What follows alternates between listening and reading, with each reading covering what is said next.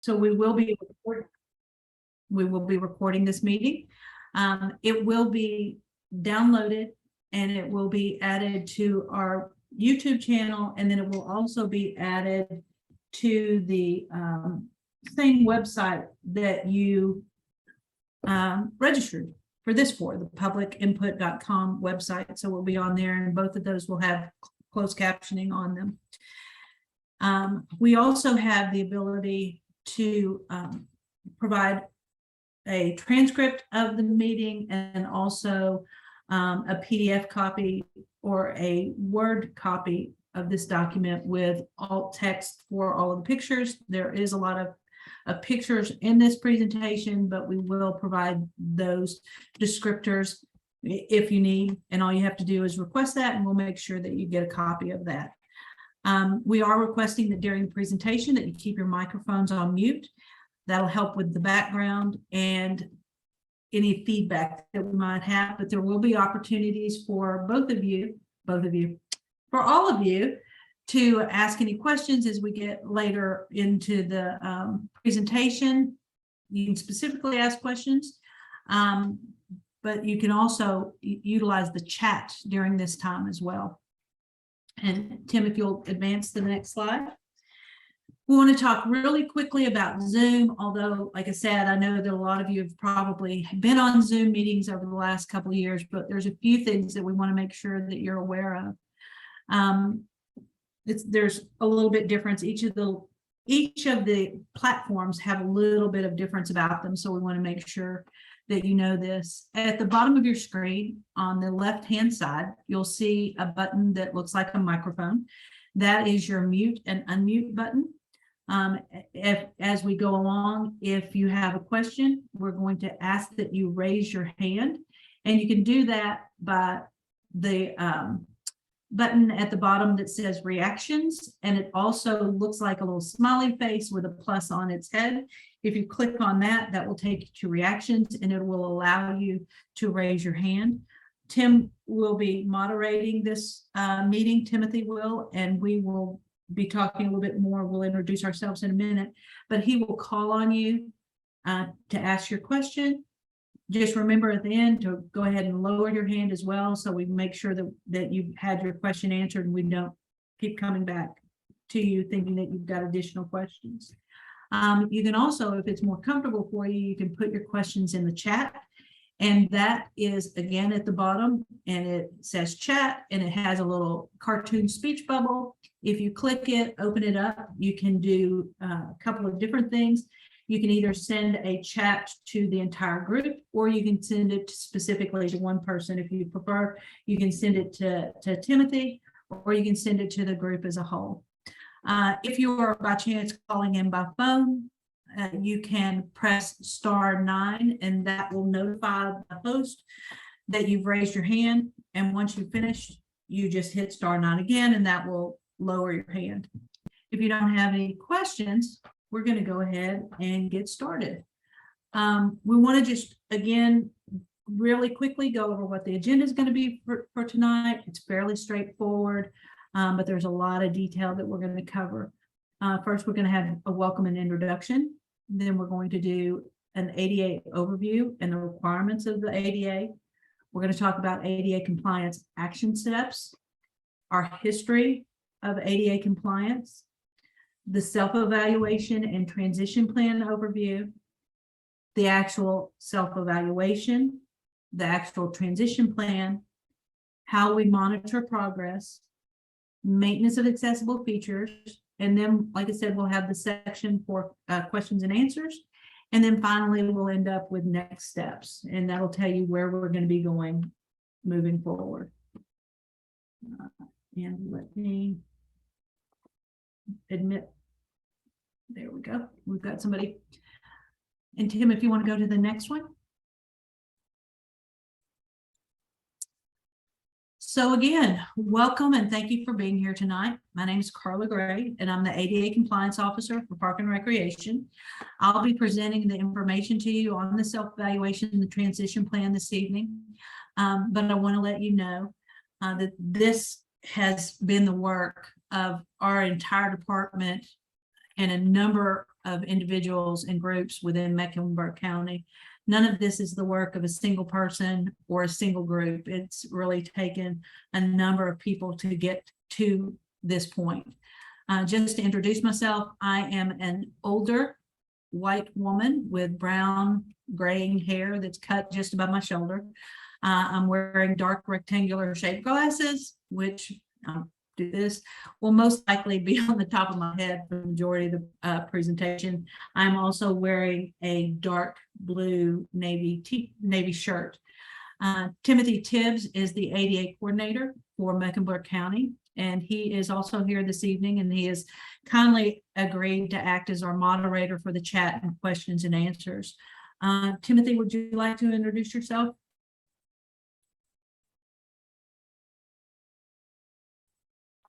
Thank you for that, Carla, and good evening and welcome to everyone that's joining us. I apologize for my camera not being on, but I think the bandwidth is could be an issue. But again, we're appreciative of you all taking time out of your day to give us some feedback on the hard work that Park and Recreation in the county is doing to make sure that we're as accessible as possible. So we welcome your attendance and your just your participation in any way that you'd like. And thank you again, Carla, for taking the lead on this effort. Thanks, Timothy. So this evening is all about the steps that we have and we're continuing to take in developing an inclusive and welcoming community. In this case, we're talking about the steps that we're specifically taking to make sure that members of our community who have disabilities have access to the different parts of our department and parts of our Park and Rec. We want to make sure, again, that everybody knows how things are going to flow today and understands the purpose for different parts of the meeting. Just a minute ago, both Timothy and I both verbally gave descriptions of ourselves. This was done to ensure that everybody in the meeting has equal access to information on not only the presentations, but on the presenters. This is a point of access and accessibility to information, and you may notice that there are going to be some other things during the presentation that you either haven't experienced in the presentation before or that you might not know the reasoning behind them. Everything that we're doing is to create and provide equal access to this information. So now let's get started on this. So Tim, if you'd change it to the next slide. So quick overview of the ADA and its requirements.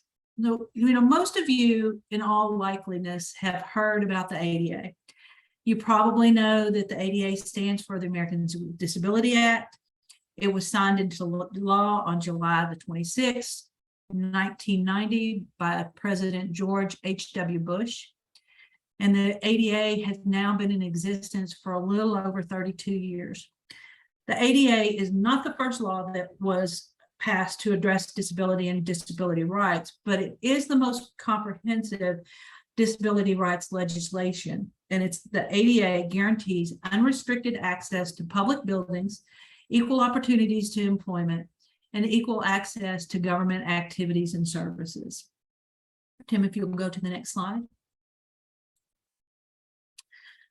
So what you might not realize about the ADA is that, oh, I think it jumped. Yeah, can you go back one? Or either way, just either way you want to do it. What you might not realize about the ADA is that it is a civil rights law that prohibits discrimination against people who have disabilities. This includes prohibition of discrimination in employment, in transportation, in public accommodations, in communication, and the reason that we're here tonight, it provides for equal access to state and local government programs and services. If you'll go to the next slide. So there's a lot of requirements to the ADA. And if you have ever looked at the ADA or decided at one point in time that you wanted to delve into it, there's a couple of things you're going to notice. One of the things is that there are 5 titles to the ADA. We're not going to go into those because they don't all apply to us or to what we're doing tonight, but just very briefly, the titles are kind of like a book in a series. if anybody's ever or is into Game of Thrones, or if you've been into Harry Potter, you know that there's a whole series of those books that all tie together, but are also very much standalone. The ADA is similar to that in that each of the titles deals with a very specific set of compliance and a very specific set of access issues, but they also work together as a whole. We're going to be talking tonight about Title II, which is the second in the series of books. And that deals specifically with local and state government entities. As a county, we're a local government entity. So we're going to be talking about the requirements that we have to meet under Title II with the ADA. And Tim, if you would go to the next slide. Again, very briefly, we're going to talk about the compliance steps because this is not the full reason why we're here tonight. But those steps are required of us as a Title II entity in order to make sure that we not only provide services, activities, and programs that are accessible, but that we also increase communication and a variety of other things. So the ADA requires, as a Title II entity, that we designate an ADA coordinator. Mecklenburg County has chosen a kind of a unique approach in that we have a countywide ADA coordinator, and that would be Mr. Timothy Tibbs, who's with us tonight. And then because of our size, the county has decided that to also identify ADA liaisons within each of the departments. So I am the ADA liaison for Park and Recreation, and my job title is actually ADA Compliance Officer for Park and Recreation. The second thing we have to do is provide notice of the requirements. We've done that as a county. We have to have an established grievance procedure. Again, we have done that as a county. And then number 4 is we have to conduct a self-evaluation, which is what we're talking about now. So our self-evaluation requires us to identify all of our physical sites and locations, identify all of our programs, services, and activities, and the training that we do. We then have a requirement to have public involvement, and we'll talk a little bit more about that. That's one of the main reasons why we're here today.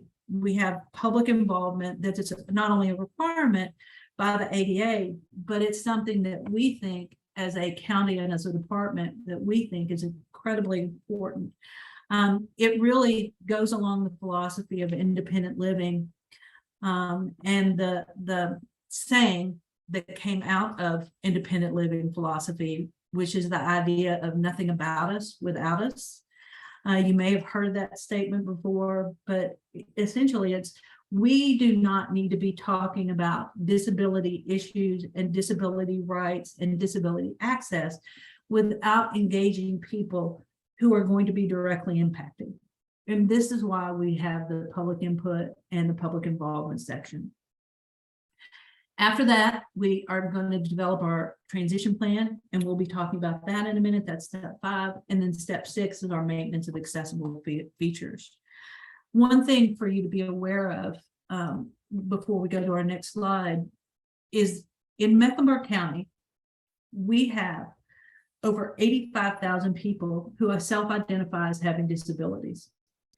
As a county and as a department, we believe that every one of those voices should be heard when it comes to how we provide services and how we provide activities in our programs. Kim, if you go to the next slide. And you're going to have to forgive me. My house suddenly decided to get freezing cold. So I'm a little bit chilly at the moment in my office. There we go. Hey, Carla, could I pause just a moment if I could? Sure. I just want to check in. We had to actually have a switch up. Linda Campbell, can I check and see is she on the call? Lindy actually had a calendar mix up, so we want to make sure that Linda's prepared to switch out with Meg in a few moments. Could we make sure that they're Yes. appropriately? Yes, I am here. Awesome. Okay, just wanted to check in and make sure that you're ready to go. All right, thank you for that pause. And now back to our regularly scheduled program. Thanks. Definitely. And that's all, again, it has to do with access. So we appreciate again, both of our ASL interpreters being here this evening, because we do want to have that access for everybody. So a little bit about the history of our ADA compliance and how we, not only as the county, but as a department, view that. Tim, if you go to the next slide.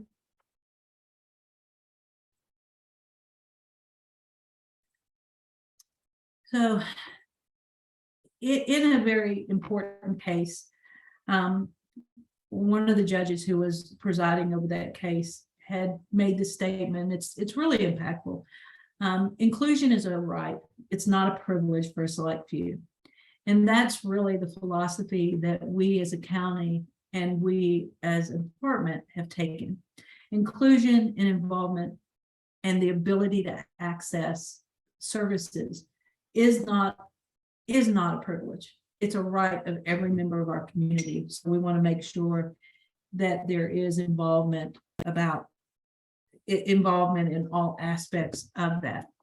So in Mecklenburg County with Park and Rec, we have really a long held belief that the community is for everybody, not for a select few. You may be surprised to know that as early as the 1980s, which was several 10, 12 years before the ADA came into law, Charlotte Park and Rec, and it was before the merger of the county and the city. So Charlotte Parks and Rec actually built a state-of-the-art facility. Some of you may know it still as the Marion Deal Recreation Center. And at the time it was built specifically to provide opportunities for people with disabilities to be involved in recreation. And it was really cutting edge at the time. Most communities did not offer any type of services like that, and most places did not have facilities like that. So Mecklenburg County Park and Rec has continued to have a commitment towards inclusion and the provision of services well before the ADA was actually the ADA. And it was done, again, not because we had to, but because we as a department, we as a county, and we as a community felt it was the right thing to do, to have all members of our community involved. So you may ask yourself, why are we just now completing a self-evaluation and developing a transition plan? But the reality is that's not really the case. Mecklenburg County and Park and Recreation completed and had the BOCC, which is the Board of County Commissioners, approval for a transition plan on June the 9th of 1993. So the next question is, why would we be doing this again if it's already been completed? Tim, if you could go to the next slide. So why would we update it? Why would we do this if we've already done it? And the honest answer is that because 29 years is a very long time, and there's been a lot of changes in that time. Now, I want to make sure that everybody understands at this point in time, that doesn't mean that we haven't been making sure that we're focused on the ADA for the last 29 years. It just means that we haven't recently had the ability to focus on a true review and update of our entire system. So during the time since the ADA was first approved through today, there has been one major update to the ADA, and that occurred in 2010, where standards were changed, some were added, some were newly implemented, and that went into effect in 2012. The final guidelines for the outdoor developed areas were issued in 2013. New guidance for swimming pools were approved. Guidance for web-based and virtual access was approved. And even today, there are standards that are being developed for electric vehicles. So things are constantly in change. And in 2015, we decided it was time for us to really begin the process of identifying the steps we needed to take to complete a full updated self-evaluation and transition plan. Tim, if you go to the next slide. So before we talk about our specific self-evaluation and transition plan. We want to make sure that everybody understands what we mean by self-evaluation and transition plan. Sometimes that can be very confusing when people start talking about it. And a lot of times, even in the ADA world, a lot of times people use those terms interchangeably and use them as if they're one thing, when actually they're two very distinct, different activities that have to be completed in order to help us create an inclusive community. And Tim, if you go to the next. So let's start by what the ADA actually says about the inclusion of all people. So like we said before, this is housed under the Department of Justice, and it is a civil rights law. And one of the most important things within that, it says no qualified individual with a disability shall, by reason of the disability, be excluded from participating in or be denied the benefits of the services, programs, and activities provided by a public entity. If you go to the next one. So the requirements were listed in that previous slide. It says that for self-evaluation, we need to look at all of our services, all of our activities, and all of our programs. We cannot and should not deny people access based on their disability to any of those things that we provide. And the first thing that we need to do is identify what those are. And so for Park and Rec, a lot of times people think that's going to be pretty easy, right? You know, I mean, we're talking about camps, we're talking about classes, we're talking about our parks.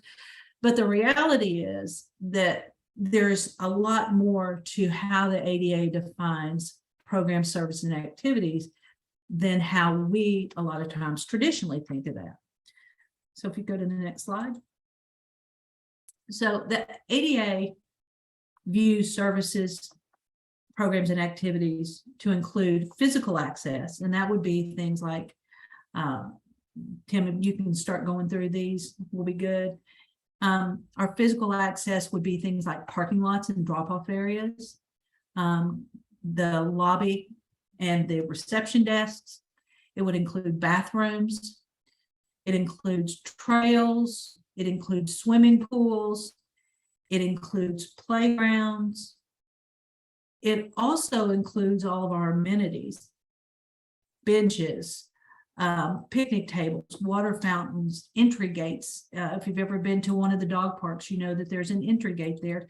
And the ADA actually includes that gate as a program. The other part is program access, which is a little bit different. And same thing, Tim, you can go through these. So again, program access are our sports, our youth sports, our adult sports. It can be camps. It can be recreational programs that are offered. It may be a fitness class that's offered. It also includes festivals. If you've ever been to Festival in the Park has to be accessible. It can be our music performances, such as jazz in the park. It's races, it's walks, it's anything that is provided has to be accessible to all members of our community. One of the other things that we have to make sure with the ADA when you're talking about accessibility, so you've got meetings that have to be accessible. We also have to look at our forms, our paperwork, our processes, our policies, special events, including mass distributions. We need to look at that and how that can be accessible. And if we have a special event, we have to also look at our vendors. So if we have a food truck or if we have a push cart, that vendor is required to meet all the requirements of the ADA. And when we're looking at our self-evaluation, we have to review what our processes are for those. So now we're going to get into the part that you're actually all here for, and that's to talk about our specific self-evaluation. So I mentioned earlier that we began this planning for this project in 2015. we started talking about it without really heavily going into it in 2014, because we noticed there were some gaps. But in 2015, we really started planning on how we were going to make this happen. What we didn't tell you, though, is that the self-evaluation that we've done here, even though we started it in 2015 and we're meeting about it now, it's not really over.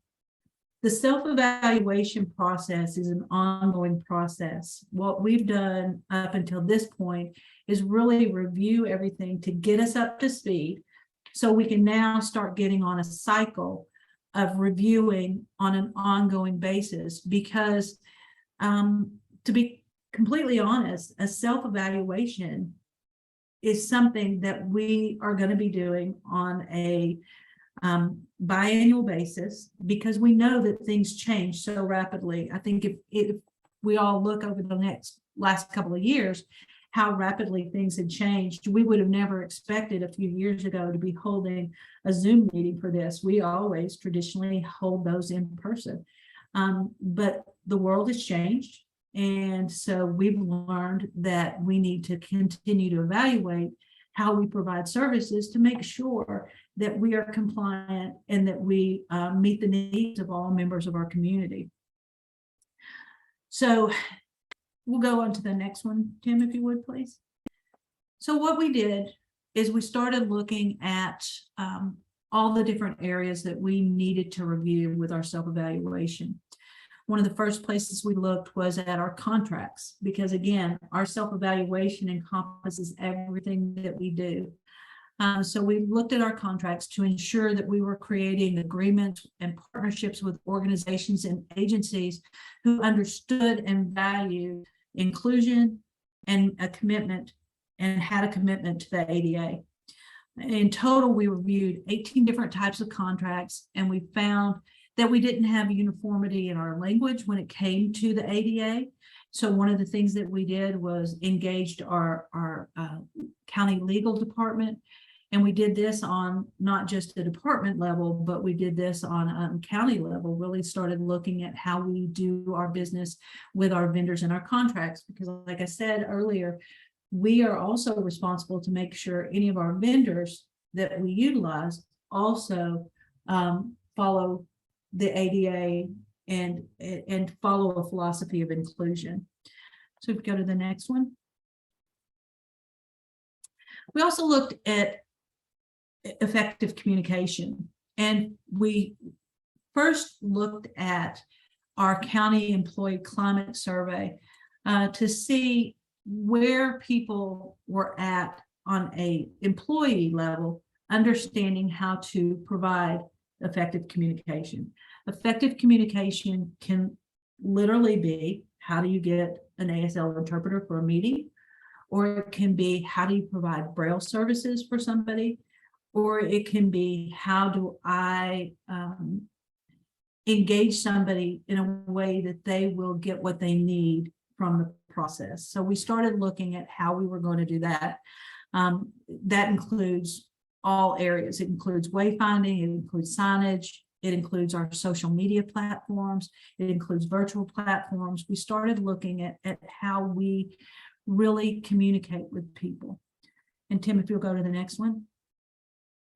So in using that information, we were able to, the information that we received from the employee climate survey, what people's knowledge level was, we were able to look at the awareness of staff and then provide training and information to our direct staff so they would understand the different avenues of providing effective communication and understood the importance of providing that communication.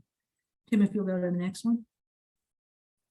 We looked at wayfinding, which is our fancy way of saying our signage. We looked at how signs are in our parks. We looked at signs in our building. We looked at signs that are on our doors.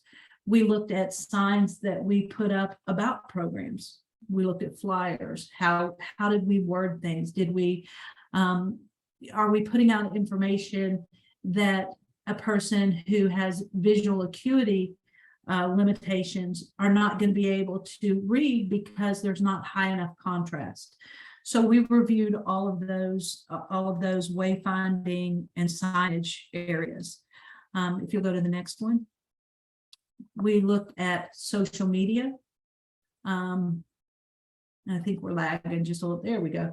We looked at social media and how we put information out onto social media. And as y'all know, there are a lot of different types of social media that's out there, and people consider different apps as being social media, and they're not all the same. So we looked at, when we're putting information out, how do we do that to make it as accessible and as possible, as accessible and inclusive as possible.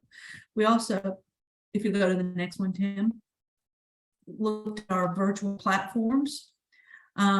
If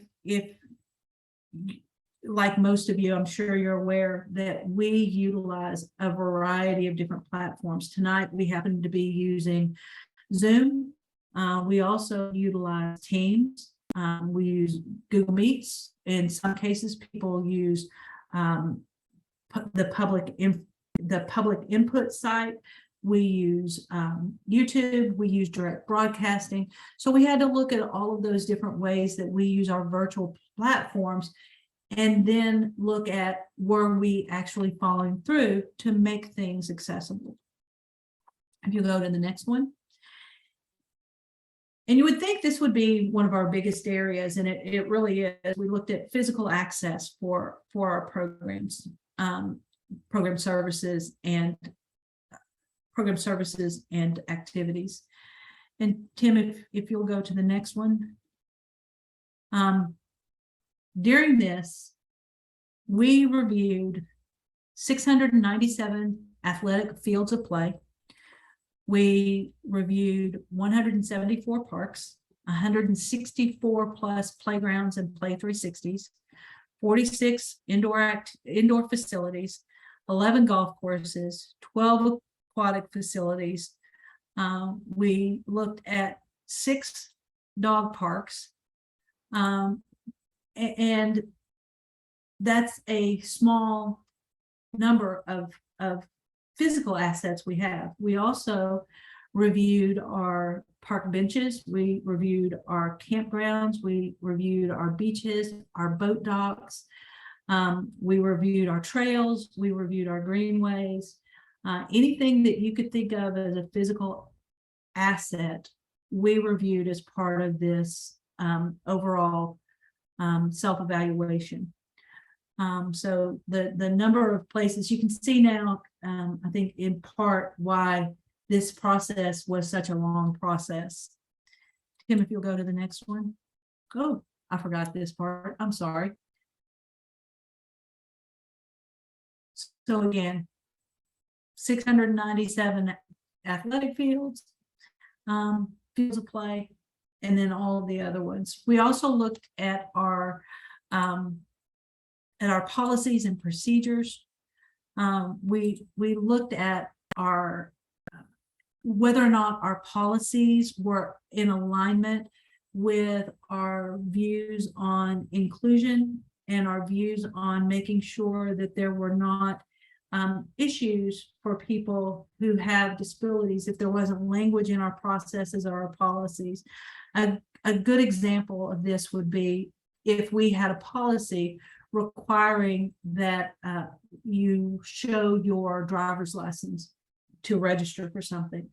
That's going to be exclusive and exclusionary for a lot of people who have disabilities, because not everybody in this world has a driver's license.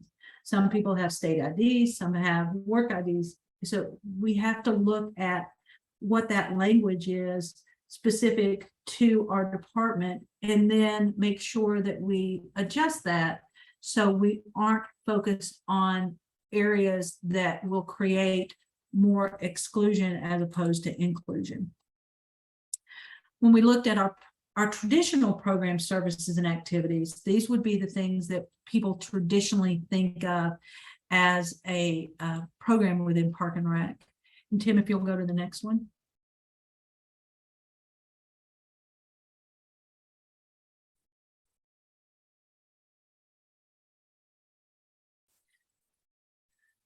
So we looked at 3,080 programs. We looked at 131 athletic events and tournaments. We looked at 191 virtual programs. We looked at 120 cooperative extension programs.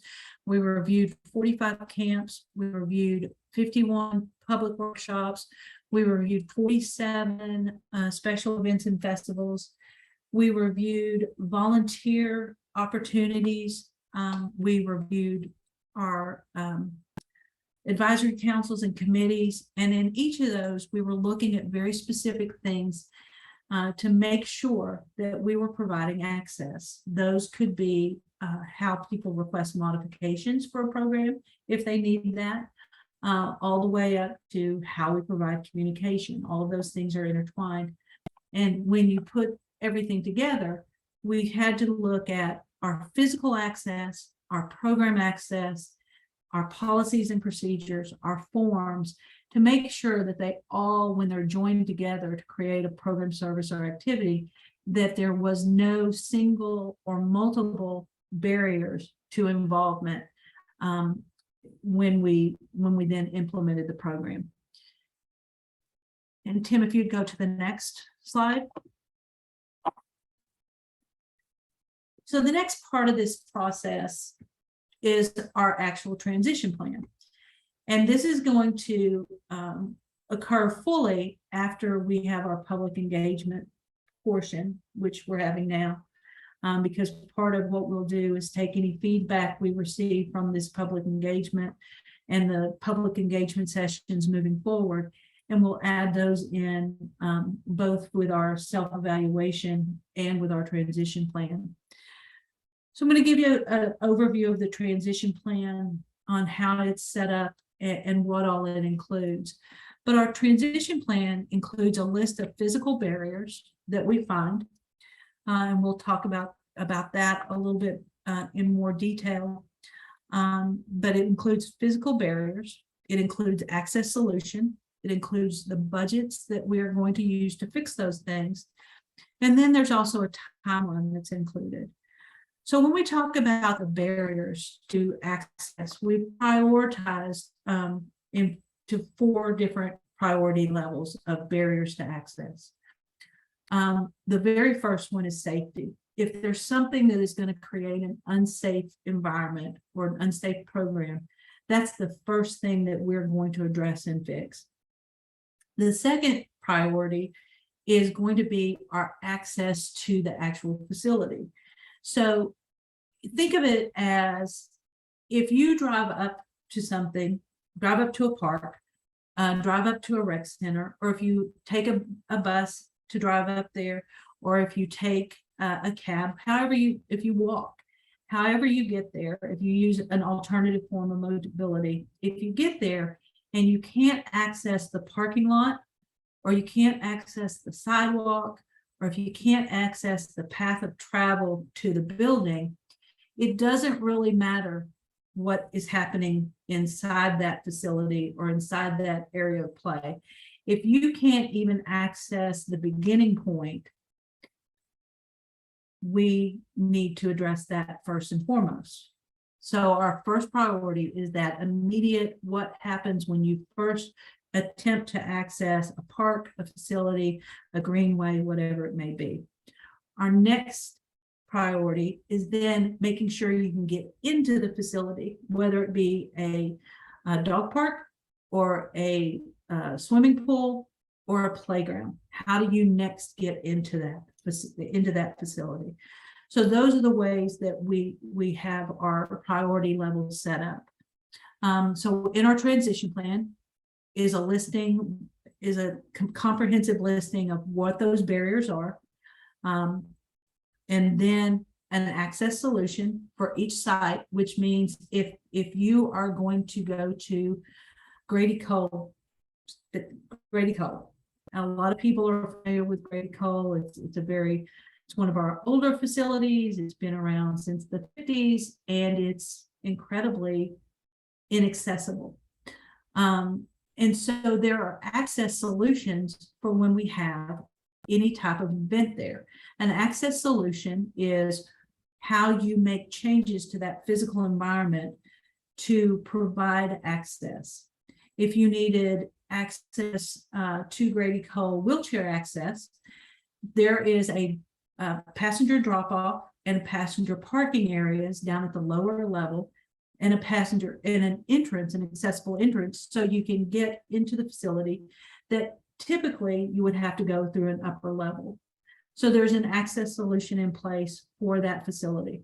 So for each barrier, we have to identify access solutions until they can be fixed on a permanent level and list those out. So that's a point that's going to be in the transition plan. We have to identify, according to the ADA, we have to identify the budget, where things are going to be coming from. And we've already been doing that. We work through our CIP, which is our capital improvement plan. We work through our existing traditional budget, and we work through our budget that looks at how we maintain existing facilities. And so we have budget money that is part of the larger system, and we focus on, when things are done within that larger system, we focus on making sure that the ADA requirements are met with that. So when something is renovated, when something is renewed, or when something is replaced, we make sure that all of our accessibility is met during that time as well. And then we have to have a time frame. So once the transition plan, which will be the next step, once we finish this, once the transition plan is completed, we'll make that available to the public. And you'll also see that there's a time frame in there. Like anything else, we wish we could get everything done all in one fell swoop, but we can't. We have to look at how we can budget it out over time. But we do have a time frame. With our CIP, it's every 5 years. So we know what our steps moving forward are and what our timelines are in getting accessibility throughout the entire system. Tim, if you'd move on to the next one. We're also required to monitor our progress. One of the ways that we're going to be making sure that everybody is aware and has access to this information is that, along with utilizing other tools like our annual budget development, the transition plan is considered a living document. So it's an ever updated document as things get fixed, or as things get repaired, or as things get renewed, or as things get newly built. You'll be able to see through our transition plan where we're at in each of those areas. If there's a specific park that you're interested in, or if you're interested in general, you'll be able to go to the transition plan, which it will be online. You'll be able to go to the transition plan and say, okay, I wonder if this has been done, if you had a question about it, or if you had a concern about an accessibility issue. You can see when it's going to be done, what the plan for it is, what the timeline is. It's also, when I said it's going to be a living document, we are planning that we get a lot of input from folks in the community to help us see what needs to be added to that transition plan. Just like the standards change, and just like programs change, we know that there are parts of our park that are perfectly accessible today. It might be a new park, but unfortunately, because a lot of our environment is an outdoor environment, and it's exposed to weather, it's exposed to erosion, there's all kinds of things that an example, a sidewalk that's accessible today, as time goes on and the area around it wears, there may be times when the sidewalk gets broken, it gets cracked, it gets heaves in it because of tree roots growing. So that accessible area suddenly becomes inaccessible. So the plan with our transition plan and how we're going to have that as a living document and have an input from the community is that you'll be able to let us know, hey, at Enderley Park, the grill is broken and it no longer turns around, it's no longer accessible. So we'll have that ongoing reference from the community to know not only what we're looking at for accessibility, but also that the community can report and we can get those things fixed as part of our monitoring process. Tim, if you'll go to the next one. Maintenance of accessible features is a huge area. That's one of the things, like I said, that we are required to do with the ADA. It very simply, maintenance of accessible features means that we cannot build something and say it's accessible, we're good, and then walk away. We actually have to make sure, like we were talking about the sidewalks, we have to make sure that those sidewalks stay accessible. Once they're built, we don't just wash our hands of things and walk away and say it was accessible at one time. We actually have to have a plan in place on how to maintain those features and make sure that they are compliant throughout the years. And we do that right now with our, excuse me, with our 5-year capital improvement plan, our park reinvestment funds, and then our capital reserve funding streams. So there's a number of different funding streams that we do use to make sure that those features remain accessible. And if you'll go to the next couple of slides, Tim, we'll be good with that. So that accessibility is anything, maintenance of accessible features, anything from our trails to our playgrounds. We have a playground replacement cycle, and even down to our ponds. Our ponds have to be accessible because we have fishing pier. If it's something that the community as a whole takes part in, it's something that has to be accessible. So all areas of our parks are really programs, services, and activities.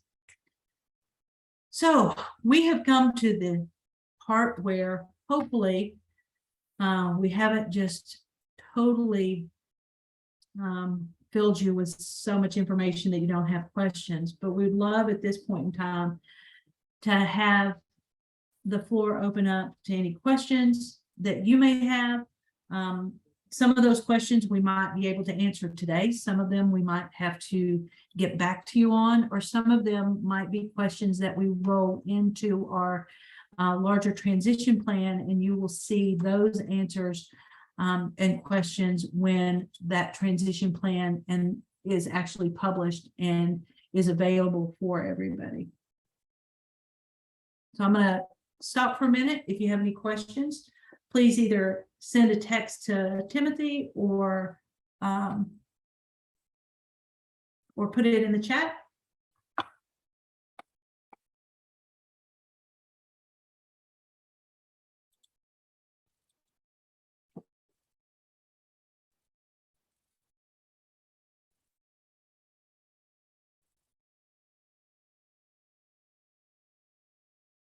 I have a hand raised from Mary Kennedy. Ms. Kennedy, if you would like to, Mary, if you would like to ask your question.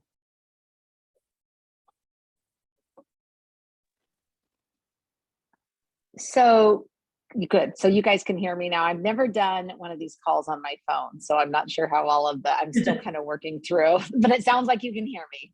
Coming in loud and clear. Great. Okay, so I have to confess, I'm on this meeting, and I live up in Davidson, and so the North County Regional Center just opened up here, which I heard is wonderful. I haven't been there yet, but I have a 23-year-old child who has an intellectual, well, he's an adult, he's not a child anymore, but he has an intellectual disability. And so somehow I got on this, and I wasn't quite sure what the meeting was about. I thought it was about programming at the new center, but it was very helpful and useful, and I'm so impressed with all the work you're doing. So I guess my question would be, you've talked a lot about facilities, which is so important. And there's a little bit on programming. How do you measure programming? Because I'm just now, with my son being an adult, trying to figure out what sort of activities he can do and what's accessible, what he can do independently, So I'm starting to look at all this kind of stuff. And it's a challenge to find things. So I would just be interested on, is that something that's a priority for you, how you measure it? and just a little bit about that. And I also recognize I need to learn a lot more about all this stuff myself. Well, you know, we all feel that way. Trust me. It's the more you dive into things, it's like, oh my goodness, I don't know anything about this. But we appreciate you being here tonight. And to answer your question about programs. So programs are a little bit more nebulous when it comes to the ADA than physical assets are. So with the physical access, we have a second part of the ADA, which is actually the standards. And they tell us how high, how wide, how many, you know, all of those wonderful things. The problem is with programs, they tell us that they need to be inclusive and we need to make them accessible to people. Which is good because it gives a lot of room to grow. It can also be bad because it doesn't really give people a lot of direction. As a department, we have taken the stance that every one of our programs is going to be fully accessible to every member of the community. And that is a requirement of the ADA, but we recognize that that's not always the case with people. We want people to be as involved and as independent in their involvement as possible for them. In order to do that, we've really started over the last several years focusing in on, for lack of a better way to put it, our inclusion programs. And those are the programs that if somebody needs an additional modification to take part in, we've set up a system where people can, outside of the direct contact with the program or the program instructor, request a modification. We have staff that will then meet with the individual, whether it's in person or talking to them or chatting or however it may be, to kind of say, hey, what is it that would help make you successful? And then from that, we work with the staff, or we work with the facility, or we work with information sharing to implement that modification so the individual can then take part in the program as independently as possible. And like I said, it's a little bit more nebulous because it's based on the individual as opposed to a structural setting where a door has to be X number of inches wide. Every individual is different, so every modification is going to be different. We hope that by doing that we can back out and people can then take part in a program without any intervention or any additional engagement from our staff, because that's how the rest of the world takes part in programs. Everybody should be, I want to go to this program, I want to register, let me go to it, let me have fun, let me learn something, let me make friends. But we recognize that sometimes there needs to be additional support, and that's where the inclusion component of the program of our department comes in. And I'm hoping that answered it some for you. I know it's very, it's kind of vague because it is so individualized. Did that answer some for you?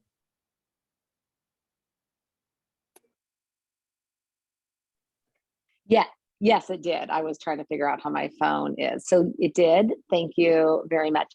And I will say, I don't know if it's part of your organization, but they've started the therapeutic rec program up here, and it's been wonderful and it's great. And they're still figuring things out too. So I appreciate that. And I'm glad that I attended this meeting and have seen some faces and names so that if I do have any input, I can reach out to you guys. So thank you. Definitely. Thank you.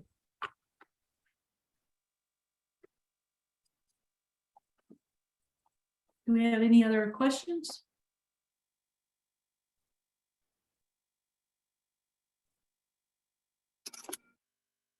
Miriam, is that, do you have your hand up?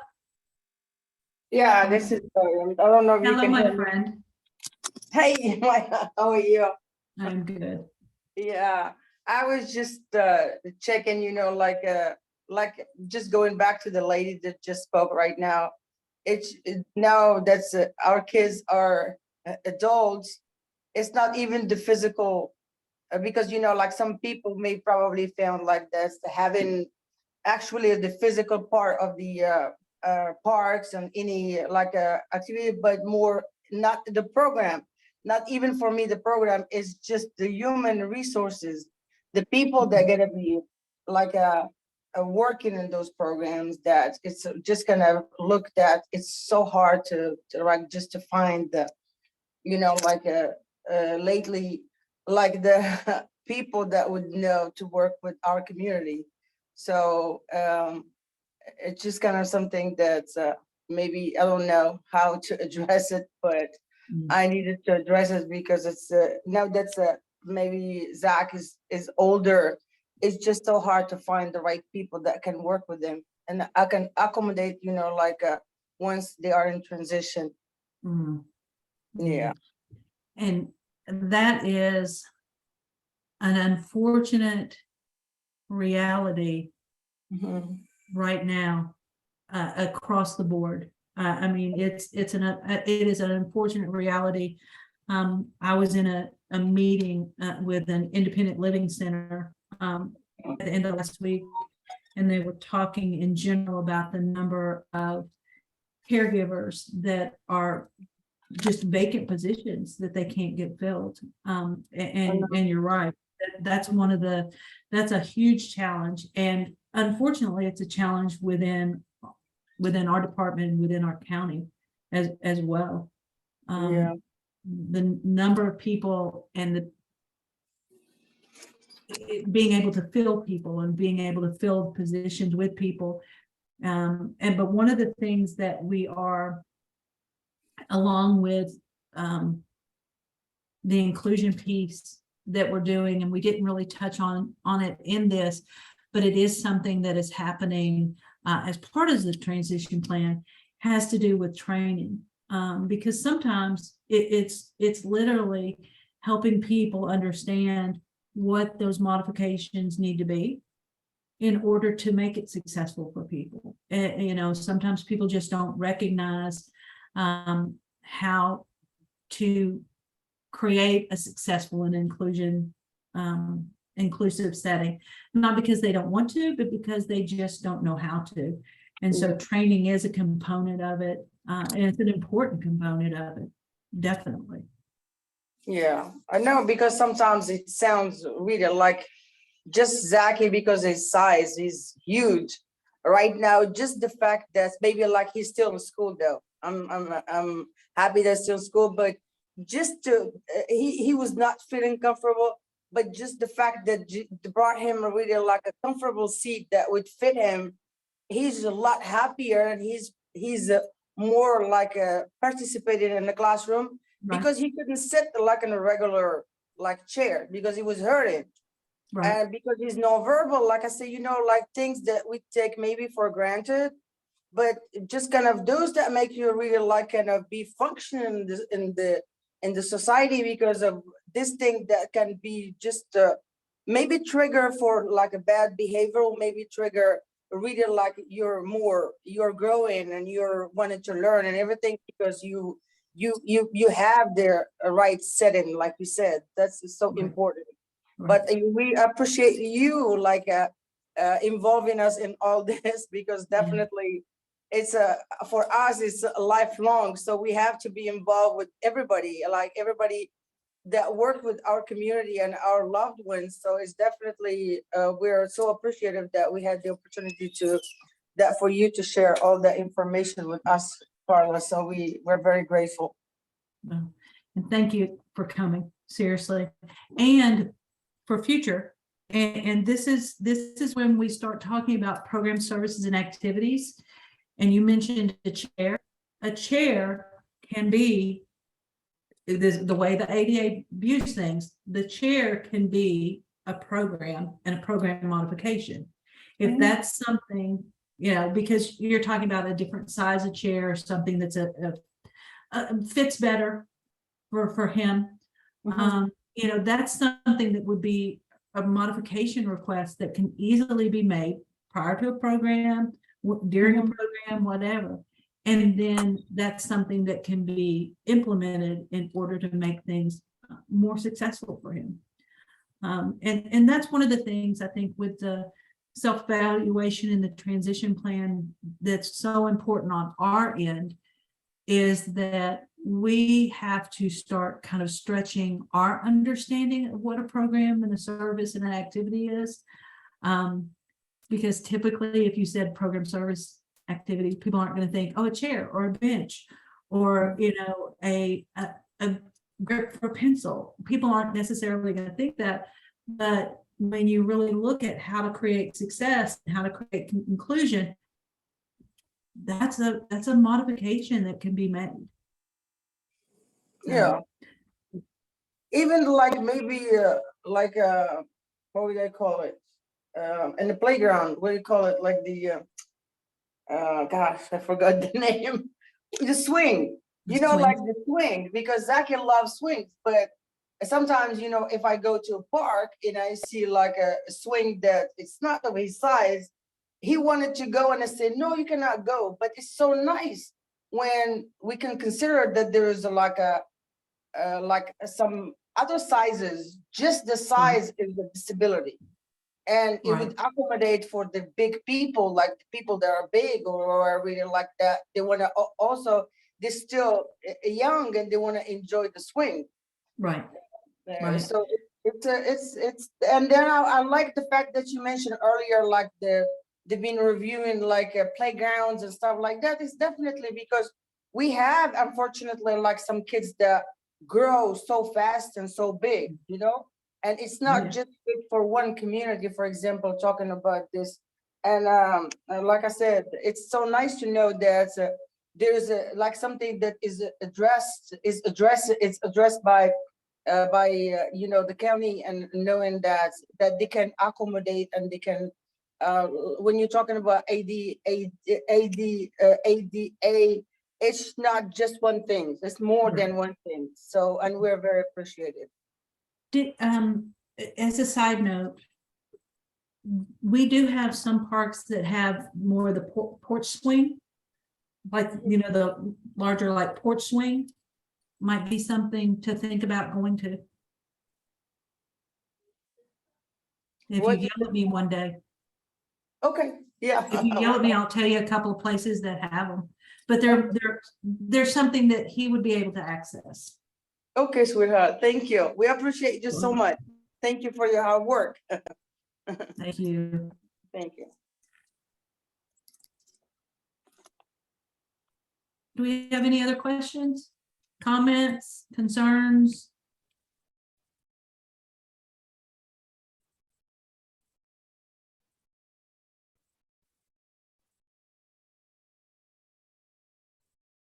Tim, I'm not seeing anything. Do you?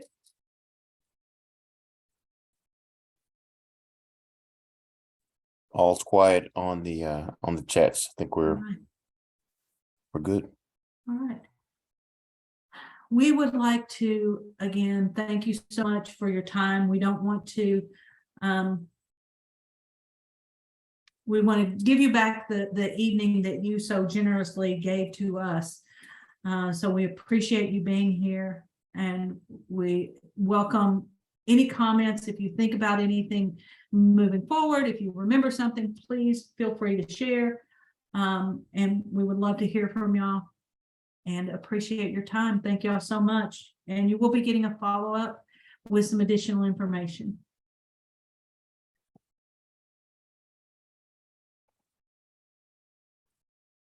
Have a good evening, everyone. Thank you.